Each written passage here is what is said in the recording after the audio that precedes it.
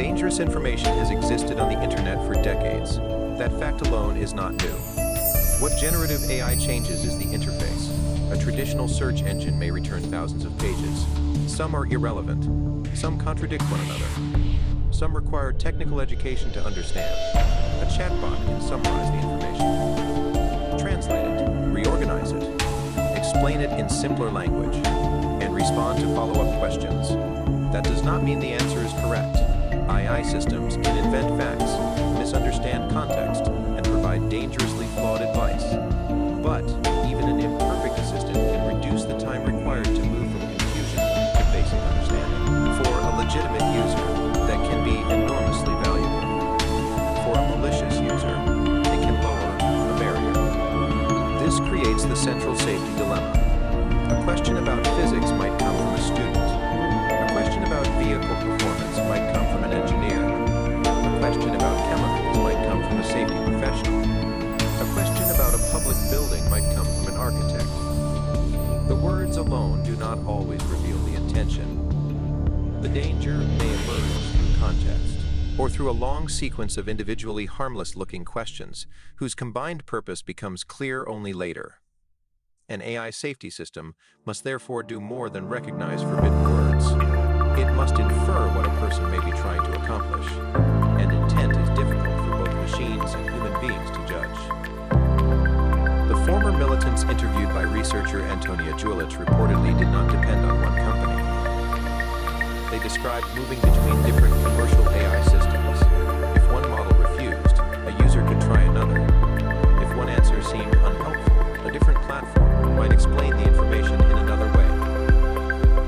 For the user, the brand mattered less than the response. This creates a collective problem. One company can strengthen its safeguards. It cannot prevent a user from moving to a competitor, a foreign service, or an openly available model operating under different restrictions.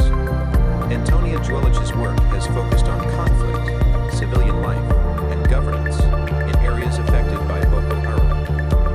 That background gave her access to former members whose experiences are rarely available to technology researchers. Over approximately 1 year, she conducted nearly 60 interviews involving 27 former Boko Haram members. The interviews explored how generative AI was being adopted inside an insurgent environment. The answers went beyond propaganda.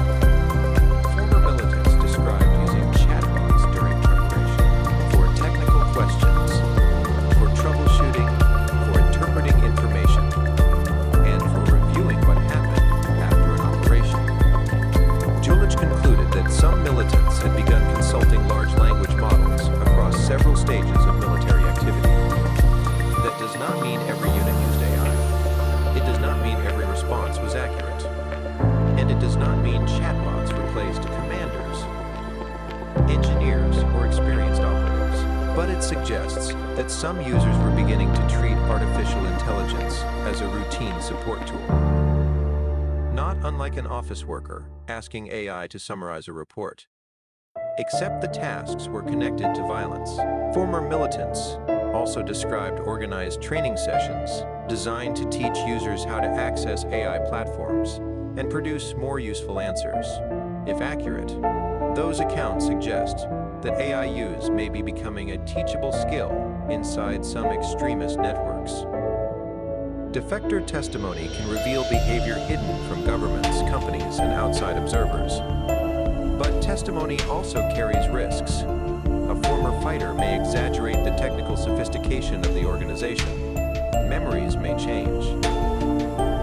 Translation may alter meaning.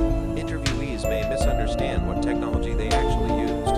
A researcher can compare accounts and search for recurring patterns. But testimony is not the same as a recovered device, an authenticated chat log, or an official operational record. That is why the motorcycle story must remain clearly attributed.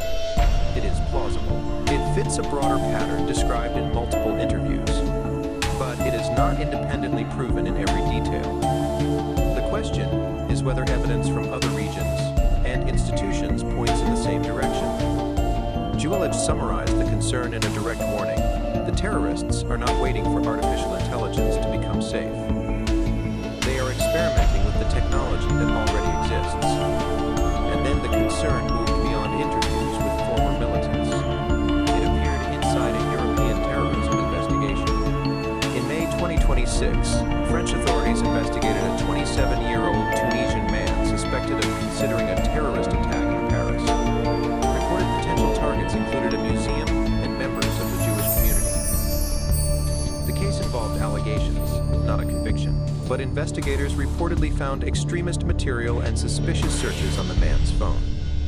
Among them was a query directed to ChatGPT concerning bomb making. That reported search is evidence of interest.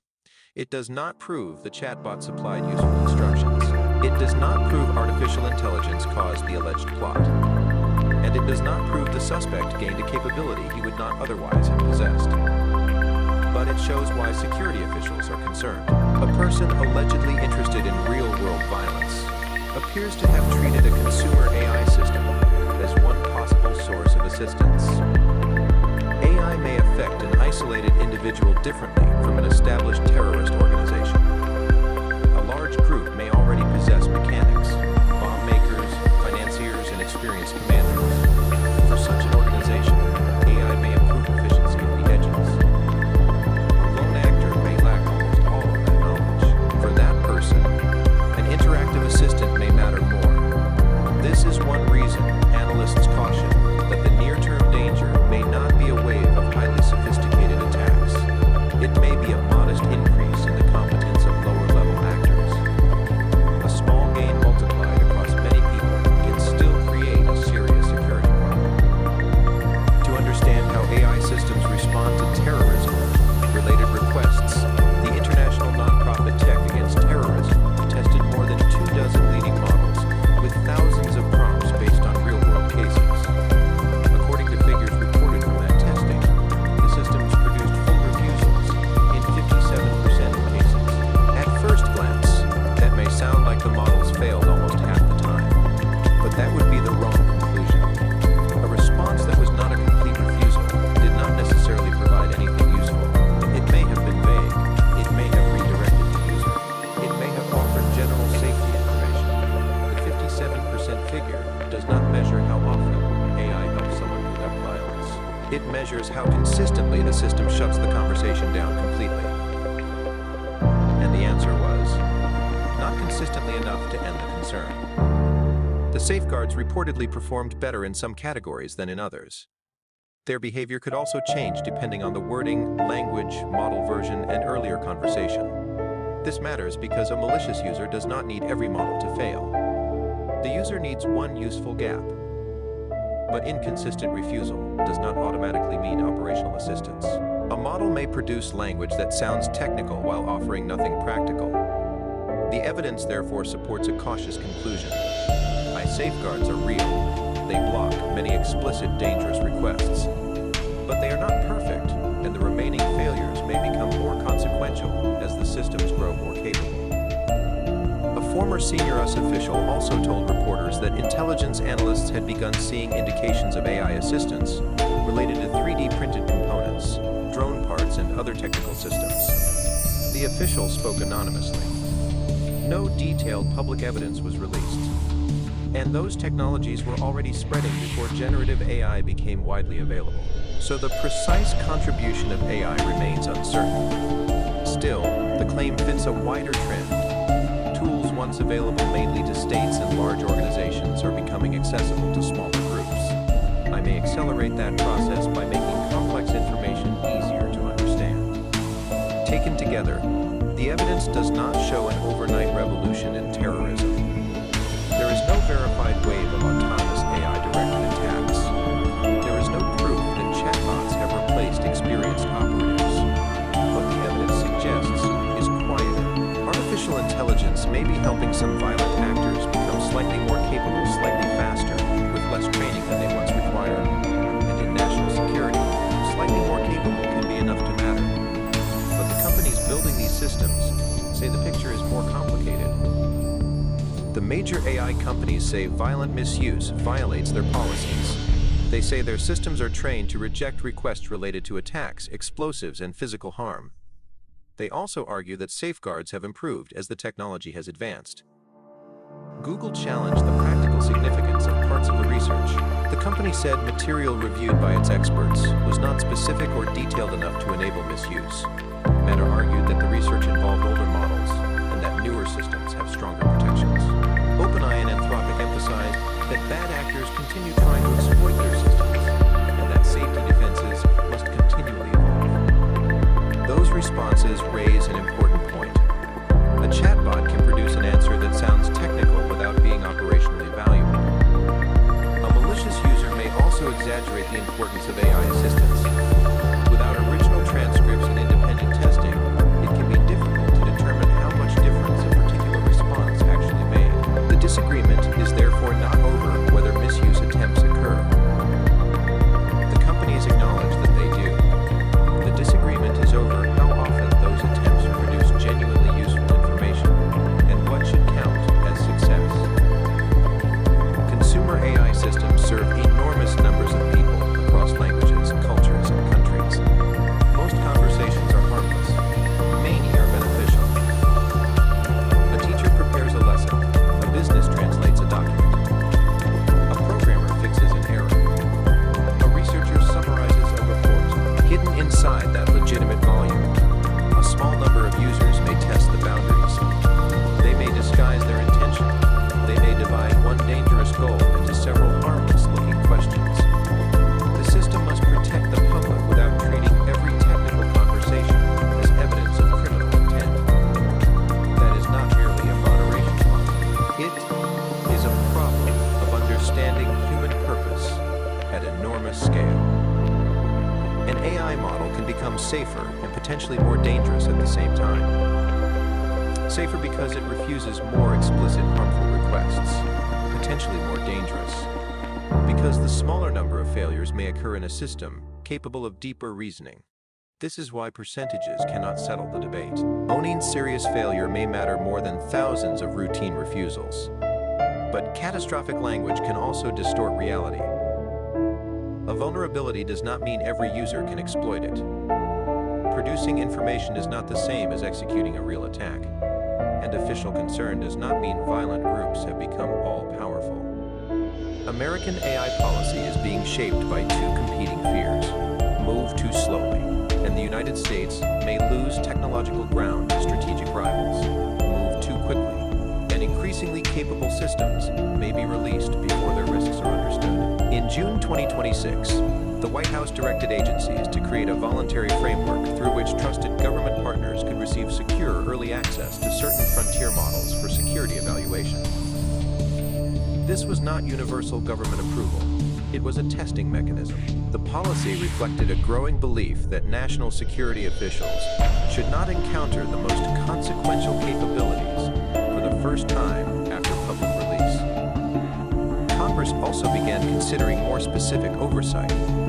Proposed legislation called for recurring Department of Homeland Security assessments of how designated terrorist organizations use artificial intelligence.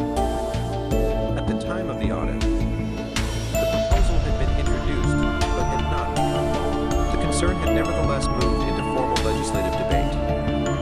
Speaking about frontier artificial intelligence in the broader national security context, CIA Director John Ratcliffe compared its capabilities to digital nuclear weapons. He was not speaking specifically about Boko Haram. The statement reflected wider concerns involving cyber operations, intelligence, biological risk, and strategic competition. The language was dramatic. The evidence on terrorism remains more limited. Democratic governments now face a policy problem with no simple solution. Restricting general scientific information could harm research, education, and innovation. Monitoring private conversations could threaten civil liberties. Stricter testing may reduce risk but slow development. And regulating American companies cannot prevent access to foreign or openly available systems. The challenge is not to eliminate every possible misuse. No society has ever eliminated the misuse of powerful technology. The challenge is to make harmful use more difficult without destroying the legitimate value of the tool. Artificial intelligence cannot create the physical foundations of terrorism. It cannot create money, weapons,